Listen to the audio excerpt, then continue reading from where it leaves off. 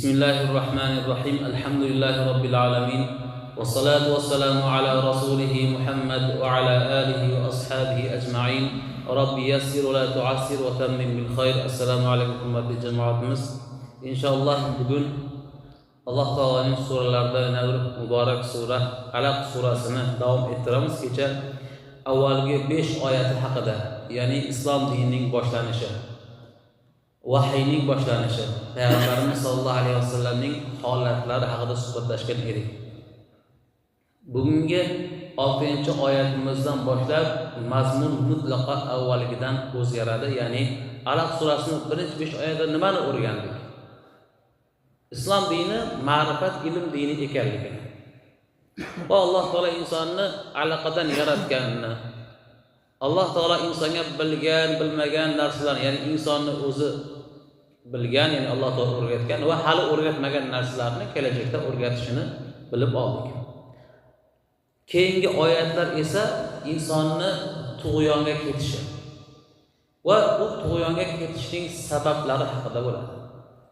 Bu yerda oyatlarning nozil bo'lish sababi aslida bir kishiga taalluqli bo'lsa-da, uning mazmuni, mohiyati, uning hukmi umumiy qiyomatgacha bo'ladigan barcha insonlarni o'z ichiga olishini ko'rsatib beradi. Alloh taolo 6-oyat karimada shunday marhamat qiladiki: A'udhu billahi minash shaytonir rojim. Kalla innal insana la yatgha ar-ra'ahu istaghna inna ila rabbika ruj'a. Ya'ni yo'q, albatta inson tug'yonga ketadi. O'zini kuchli deb biladi, o'zini qodir deb biladi. Ayniqsa kuchga to'lgan vaqtda yoki mablag'i juda ko'p bo'lgan vaqtda men xohlagan ishni qilishim mumkin deb o'ylab qoladi. Nafsida bor insonning barchasi to'yonga ketadi. Buning sababi nima? Ar-ra'ah istaghna, o'zini boy deb bilgani uchun. Boylik faqatgina mol dunyo emas, farzandlarning ko'pligi yoki mol dunyosi bo'lmasa ham o'zgalarga gapi o'tadigan insonlar bo'ladi. Shunaqa bo'lish yoki mansabdor bo'lish, barchasi mana shu o'zini boy deb bilish va bu boy deb bilish sababli inson odatda tug'yonga ketadi. Ya'ni o'zini katta deb bilib qoladi. Bu yerdagi oyat aynan Amr ibn Hisham, ya'ni biz Abu Jahl nomi bilan taniymiz, ko'p eshitganmiz. Abu Jahl bu kunyasi, ya'ni bizdagi o'zbek tilidagi laqab desak ham bo'ladi, laqabiga o'xshagan narsa. Ammo uning asl ismi Amr ibn Hisham, Hishomning o'g'li Amr. Mana shu Abu Jahl borasida nozil bo'lgan oyatlar bu aslida. Demak, u Makka mushriklarining ichida eng boy, badavlat, hammaga gapi o'tadigan hokim insonlardan edi. Shuning uchun ham bu haqida bu oyat nozil bo'lyapti. O'zini boy deb bilganligi uchun tug'yonga ketdi. Lekin Alloh taolo 3-oyatda ogohlantiryaptiki: Inna ila robbika ruj'a. Albatta qaytish Robbinggadir. Xohlaganingni qil, xohlagancha o'zingni boy deb bil, xohlagancha tug'yonga ket, aylanib baribir Robbingning huzuriga qaytasan. Haqiqatan hammamizga ma'lumki, o'lim bu hech qanday inkor etib bo'lmas haqiqat. Hammamizning boshimizda bor. Odatda vafot etayotgan yaqinimiz kimnidir ko'rib tursak, hech kim ekanligimizni his qilamiz, to'g'rimi? Faqat tomosha qilishimiz mumkin xolos, boshqa hech qanday variantimiz yo'q saqlab qolishdan. Demak, o'lim inkor etib bo'lmas haqiqat. Xuddi shunday xohlagan ishingni qil demoqchi Alloh taolo Abu Jahlga qarata, aylanib Robbiga qaytsin. Ara'aytallazi yanha 'abdan idza salla. Ya'ni kim, ey Muhammad alayhisalom, bandani namoz o'qiyotgan vaqtda uni namozdan qaytarayotgan odamni ko'rdingizmi? Ya'ni kim, Abu Jahl Payg'ambar alayhisalom Makkada Ka'bada namoz o'qiganlarida namoz o'qitmaslikka harakat qilardi. Nafaqat o'zi, balki atrofdagi Makka mushriklari boylarning oldiga borganda ko'z o'nglaringda sizlarni olihalaring Lot va Uzzolarning huzurida Ka'baga qarab Muhammad namoz o'qiganini ko'ryapsizlarmi dedi. Ha, ko'ryapmiz desa, nega uni qaytarmayapsizlar namozdan dedi. Kuch-qudratingiz yetadi-ku, nega yo'qol deb haydab yubormayapsiz dedi Abu Jahl. Demak, payg'ambar alayhisalom namozdan qaytarishga doimo harakat qiladi. Alloh taolo shuni eslatib, shu bandani ko'rdingizmi? Aroayta in kana alal huda. Qani endi u o'zi hidoyatda bo'lsa. O'zi hidoyatda emas-ku, unga itoat etay desangiz, u o'zi hidoyatda emas. U o'zi to'g'ri yo'lni bilmaydi. O'zi u mushrik. Shunday bo'la turib, o'zi zalolatda bo'lgan yetmagan kabi, ya'ni o'zi botqoqqa botgan yetmagani kabi o'zgalarni ham tortmoqda. Ya'ni namoz o'quvchi mo'minni ham, bandani ham namozni qaytarmoqda. Aw amara bit taqwa, yoki qani endi u taqvoga chaqirsa. O'zi hidoyatda ham emas Abu Jahl, na taqvoga chaqiradi, faqat ana u zalolatga chaqiradi. Alloh taolo shuni aytmoqda. Mana shu oyatni sharhida keltiradigan ulamolarimiz Imom Buxoriy va Imom Muslim rivoyat qilgan hadisda keltiriladiki, Abu Jahl o'zini yonidagi yaqinlarga, birodarlariga chiqib, Muhammad sizlarning oldidagi namoz o'qib turibdi. Kelinglar shuni haydaymiz deb, yo'qotamiz deb kelishadi. Va ertasi kuni payg'ambar alayhissalom Ka'ba huzurida, Ka'baning oldida namoz o'qib turganida sheriklariga bergan va'dasi o'laroq payg'ambar alayhissalomning oldiga Abu Jahl borib, sajda qilib turgan, namoz o'qib turgan joyni haydashga harakat qiladi. Oldiga boradi-yu, tegol orasidan qochib ketadi Abu Jahl. Tezda yugurib yaqin birodarlarning yoniga boradi. Qarasa Abu Jahlning rangi oqarib ketgan, qo'rqinchdan. Ya Abul Hakam, ya'ni hukm egasi, hamma ishni sen qilgansan-ku degan ma'noda, ya Abu Jahl, nima bo'ldi senga? Rangi yo'q deb so'rashadi. Shunda aytadiki, Allohga qasam, Muhammadning oldiga yaqinlashganimda katta bir jarlik, chuqurlik ko'rindi. Paydo bo'ldi. Muhammad bilan meni oramda bir chuqurlik paydo bo'ldi. Qarasam, ichi to'la olov, alanga edi. Go'yoki yana bir qadam tashlasam shu chuqurga tushib ketardim. Shundan qo'rqib qochdim dedi. Bu xabar odamlarning tezda tarqalib, payg'ambar alayhisolamning quloqlariga chaldi. Shunda Rasululloh alayhisolam aytadilarki, agar Abu Jahl haqiqatan yana bir qadam tashlaganda, farishtalar uni bo'lak-bo'lakka bo'lib tashladi. Allohning rasulini to'smoqchi bo'lgani nima qildi? Agar yana bir qadam qo'rqmay tashlaganda, farishtalar uni bo'lak-bo'laklarga bo'laklab tashlab edi, dedilar payg'ambar alayhisolam.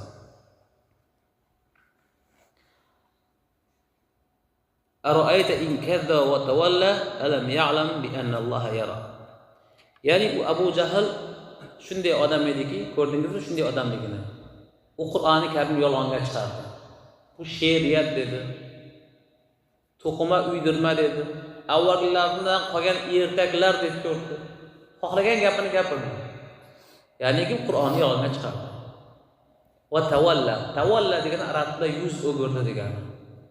Iymondan yuz o'girdi, Allohdan yuz o'girdi, Qur'ondan yuz o'girdi, Rasuldan yuz o'girdi. Mana hozir umra amalini, haj amaliga borsak ko'ramiz, Abu Jahlning uyi mana hozir tahoratdan qilib qo'ygan, to'g'rimi? Ka'bada, Makka haramning yonida. Borganlar biladi, ana shu Abu Jahlning uyi Ka'baga eng yaqin uylardan bo'lgan. Eshigidan osonasi bir qadam tashlasa bo'ldi, haram hududda edi u. Masjidil Haramda edi. Shunchalik yaqin edi. Ammo Alloh iymon bermadi. Ahvoli mana shu holatga keldi. Demak, u Allohdan yuz o'girgan banda bo'ldi. Bilmaydimi? Alam ya'lam bi anna Alloh yara. U bilmaydimi Alloh taolo uni ko'rib turganini? Demak, insonlar namozdan qaytarayotgan inson Abu Jahl misolida Allohni ko'rib turganini bilmaydi. Demakki, bu Allohni ko'rib turganini bilmaydimi degani insonlarga qo'rqitish va eslatma. Ehtiyot bo'lgin, Alloh ko'rib turibdi.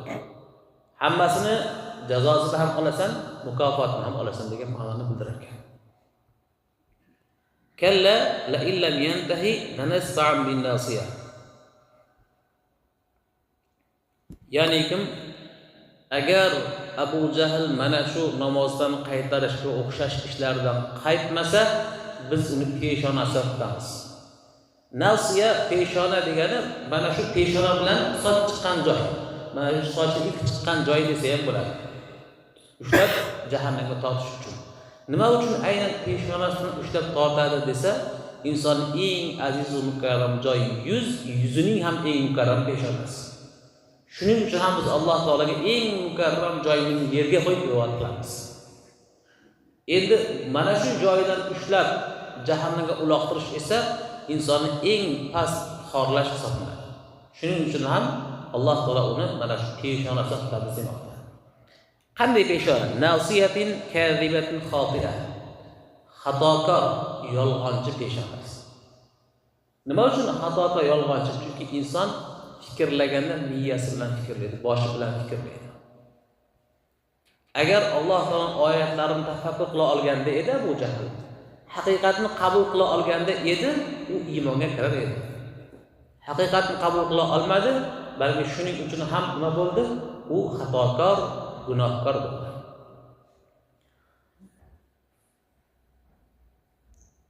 Nasiyatin kazibatin xotiya falyad'u nadiya sanad'u zabaniyah.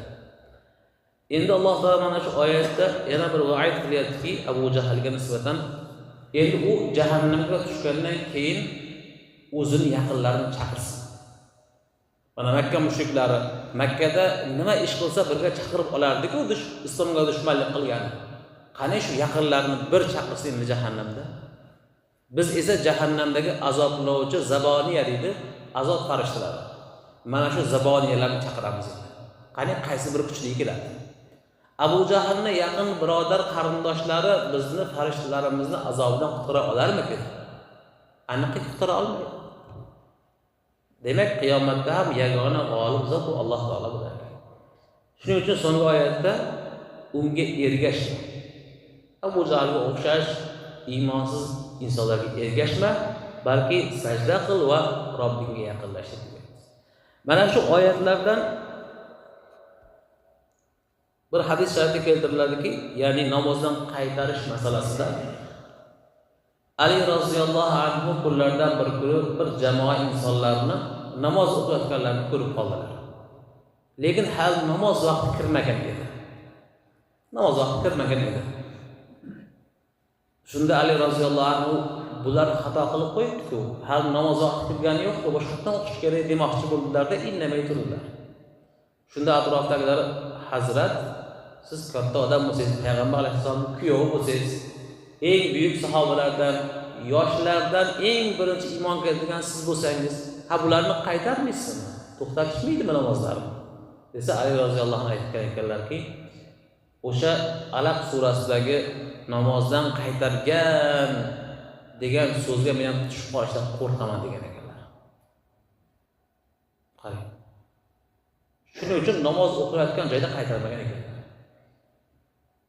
Va yoki mana shu namozdan qaytarish degan so'zni bizning mazhab boshimiz Abu Hanifa rahimahulloh juda ham qattiq mahkam tutgan inson ekanlar.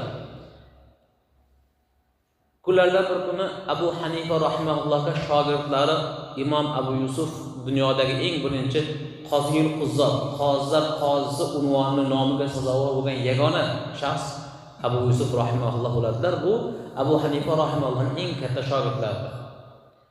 Abu Yusuf rahimahulloh shunaqa muhabbatli ediki ilmga, hattoki o'zlarini pushti kamardan bo'lgan o'g'illari vafot etganda o'g'illarining janozasini o'qimasdan darsga ketib qolganlar. Yaqin qarindoshlari, qo'shnilarim o'g'limni ko'mib qo'yinglar o'zlaring, men Abu Hanifaning darsidan qolishni xohlamayman deganlar. Shunaqa ilmga muhabbatli zot bo'lganlar. Shu kishi bir kun so'radilarki ustozlaridan Abu Hanifadan, ustoz, inson namoz o'qiyotgan vaqtda ruku qiladi, rukudan qaytib turib qiyomga yana sajdaga borish kerak, to'g'rimi? Mana shu rukudan qaytganda Allohumma g'firli, ey Allohim meni kechirgin degan duoni qilsa bo'ladimi dedi. Abu Hanifa rahimahulloh Robbana lakal hamd deb sajda qiladi dedilar. Ya'ni yo'q, uni aytmaydi, balki Robbana lakal hamd aytadi demadilar. Nima uchun? Namozning ichidagi bir amalga yo'q desam, xuddiki avvalgi Alaq surasidagi oyatda namozni inkor qilgan tushib qolmaydi deb qo'rqgan ekanlar. Shuning uchun namoz borasida savol bersa, yo'q demasdan to'g'ridan to'g'ri uni ikkinchi variantini, ya'ni to'g'ri variantini aytgan ekanlar. Mana bizning mazhab boshimiz qanday zot bo'lganlar. Alloh taolo barchamizni mana shu oyatlarga amal qiladigan, xosatan mazhab boshimiz Abu Hanifa rahimahullohning yo'llarini mahkam tutadigan zotlardan bo'lishimizni o'zi munosib aylasin. Va axiru da'wana alhamdulillahi robbil alamin. Amin ya Rabbi. Bu qilgan masalalarga avvalo o'zimizni, qolaversa barchamizni amal qilishimizni o'zing nasib aylagin. Gunohlarimizni mag'firat aylagin. Ikki dunyoda barchamizni saodatli, baxtlilardan qilgin. Barchamizni dunyoda baytni jamlaganing kabi jannatda ham jamlagin. Biz tarafimizdan o'tgan ajdodlarimiz, yaqinlarimiz bor ya Robbi. Barchalarini hayotlik mobaynida bilib bilmasdan qilgan xato kamchiliklarni o'zing kechirgin. Barchaning yotgan joylarini jannat bog'chalaridan aylagin. Bizdan qoladigan qiyomat kuniga qadar keladigan zurriyatlarimizni ahli solih, ahli taqvo, ahli Qur'onlardan bo'lishini o'zing nasib aylagin. Ikki dunyoda barchamizni o'zing sharmandalikdan saqlagin ya Robbi. O'zingning yo'lingdan o'zing adashtirmagin. Hidoyatda mustaqim bardavom bo'lishimizni o'zing nasib aylagin. Va sallallohu ta'ala ala khayri xalqihi Muhammad va ala alihi va ashabihi ajma'in. Rahmatika ya arhamar rahimin.